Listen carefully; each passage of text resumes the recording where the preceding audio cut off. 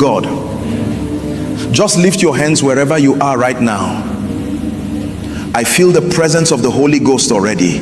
Before I say anything, before we go into what the Lord has placed in my heart this morning, I want you to just begin to worship him. Begin to acknowledge his presence. He is here. The King of glory is here. The Lion of the tribe of Judah is in this place. You are welcome, Holy Spirit. You are welcome in this place. We honor you this morning. We give you glory. We give you praise. You are Yahweh. You are the Almighty. There is none like you. There is none beside you. You are the Alpha and Omega, the beginning and the end, the first and the last. We worship you, Lord. We worship you. Hallelujah. Hallelujah. Can you just begin to sing with me? Just begin to sing from your heart. Sing as though you are standing before the throne of God, because you are. The Bible says we have boldness to enter into the holiest by the blood of Jesus. You are not just singing in your room. You are not just singing in your car. You have been transported by the Spirit into the very throne room of God. Sing with me. Holy Spirit, you are welcome here. Come flood this place and fill the atmosphere. Your glory, God, is what our hearts long for, to be overcome by your presence, Lord. One more time, sing it like you mean it.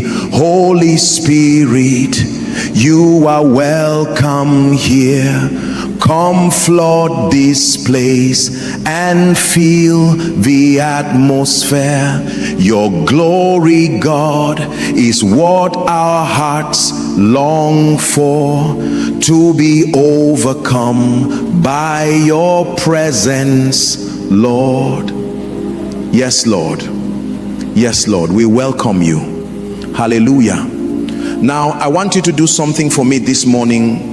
Wherever you are watching from, whatever platform you are connected to this service through, I want you to share this broadcast right now. Don't wait until the end. Share it now. There is someone in your contact list, there is someone on your timeline whose life is about to change through this encounter. You may not know it, but God is about to use you as an instrument of deliverance for someone. Share this message now. The Bible says in Proverbs chapter 11 verse 30 that he that winneth souls is wise. God is looking for partners in this last day's harvest. He is looking for those who will be conduits of his power and his glory. When you share this message, you become a co-laborer with Christ. You become an extension of the ministry of the Holy Ghost. Share it now. Someone is waiting. Hallelujah. Now, lift your hands again. I want us to worship for a few more minutes before we go into the word. Father, we thank you for this morning. We thank you for the privilege of life.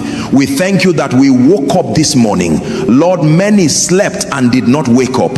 Many closed their eyes last night and that was their final breath. But you preserved us. You kept us. You are our keeper. The Bible says, he that keepeth Israel neither slumbers nor sleeps. You have been watching over us. You have been preserving us. We worship you, Lord. We give you glory. We give you praise. You are Yahweh, Yahweh. You are Yahweh, Yahweh. There is no one like you. There is no one beside you. You are Yahweh. Sing it again. You are Yahweh, Yahweh. You are Yahweh, Yahweh. Yes, Lord. We magnify your name. We exalt your name. In the assembly of the saints, we declare that you are Lord, you are King, you are God. There is no one like you in all the earth. There is no one like you in all the heavens. You are seated above all principalities. You are seated above all powers. You are seated above all might. You are seated above all dominion. We worship you. Hallelujah. Great is the Lord and greatly to be praised in the city of our God, in the mountain of his holiness, beautiful for situation. The joy of the whole earth is Mount Zion on the sides of the north, the city of the great King. Hallelujah, hallelujah, hallelujah. I want to share something with you this morning. The Holy Spirit has been dealing with me about the subject of spiritual warfare, and specifically he has been showing me how the enemy crafts agendas against the people of God. Listen carefully. There is a word in the Bible that we must understand. It is the word agenda. An agenda is a plan, it is a program, it is a systematic arrangement of activities designed to achieve a specific outcome. Now, this is very important. Just as God has an agenda for your life, the enemy also has an agenda. Just as God has a plan for your destiny, the kingdom of darkness also has a plan. And the battle of your life is the battle of agendas. Whose agenda will prevail, whose plan will come to pass. Turn with me to the book of Jeremiah chapter 29 verse 11. The Bible says, "For I know the thoughts that I think toward you, saith the Lord, thoughts of peace and not of evil, to give you an expected end." Look at that scripture again. God says, "I know the thoughts that I think toward you." In other words, God is constantly thinking about you. God has ideas about you. God has plans concerning you. And those plans are thoughts of peace and not of evil, to give you an expected end. The word expected end in Hebrew is tikva. It means hope. It means a future. It means something to look forward to. God's agenda for your life is an agenda of hope, an agenda of peace, an agenda of a glorious future. But the enemy also has an agenda. Look at John chapter 10 verse 10. The Bible says, "The thief cometh not but for to steal and to kill and to destroy." Did you see that? The thief cometh. He comes. He is not passive. He is active. He has a purpose. He has an agenda. And that agenda is threefold: to steal, to kill, and to destroy. What does he want to steal? He wants to steal your joy. He wants to steal your peace. He wants to steal your destiny. He wants to steal the word of God from your heart. The Bible says in Mark chapter 4 that Satan comes immediately to steal the word that was sown. What does he want to kill? He wants to kill your vision. He wants to kill your dreams. He wants to kill your relationships. He wants to kill your faith. He wants to kill your future. What does he want to destroy? He wants to destroy your family. He wants to destroy your marriage. He wants to destroy your ministry. He wants to destroy your testimony. That is the agenda of the enemy. But I have good news for you this morning. There is a second part to John 10 verse 10. Jesus said, "I am come that they might have life, and that they might have it more abundantly." Hallelujah. The agenda of God is life. The agenda of God is abundance. The agenda of God is victory. The agenda of God is dominion. So the question is, whose agenda will prevail in your life? And that is why we must pray.